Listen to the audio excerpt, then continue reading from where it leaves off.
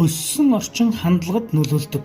Эцэг эх нь салсан бол эсрэг хүүсний хүнд үл итгэх хандлагатай болдог. Сүүлийн үед ойр дотныхноос нь хэн нэгэн хүн насварсан бол эргэн тойрныхоо хүмүүсээс сэтгэл санааны хувьд хөндийрэх гэж байж магадгүй. Ядуу тарчиг орчинд өссөн бол амжилтанд хүрэхийн тулд ямар ч хамаагүй аргыг хэрэглэх юм уу эсвэл юм болгонд амархан шантардаг хүн болдог. Сайн хүүхдүүд муу хүүхдүүдтэй нөхөрлөж таагүй нөхцөл байдалд орсон тухай бид хэн нэгнээс сонсдог.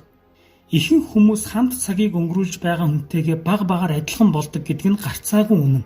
Хичнээн сайн хүүхэд байсан ч ёс суртахууны хувьд муу хүүхдүүдтэй найзалбал тун удалгүй асуудалтай хүүхэд болж хувирдаг. Тэгвэл зөв хандлагатай хүн ихэнх цагаа муу хандлагатай хүмүүстэй өнгөрөөвөл юу болох вэ? Бас л адилхан өөрийн мэдлгүй муу хандлага өөрт нь дасал болж эхэлнэ. Мэдээж эхлээд өөрөө тэднийг өөрчилж чадна гэж боддог боловч тоогоор цөөн сул дорой нөхцөлд тэдний муу хандлагын нөлөө багасахгүй бол зөв хандлагатай тал нь биш харин муу хандлагатай тал нь нөлөө үзүүлнэ гэдгийг бүү мартаарай. Хандлагын хүч номноос танд амжилт хүсье.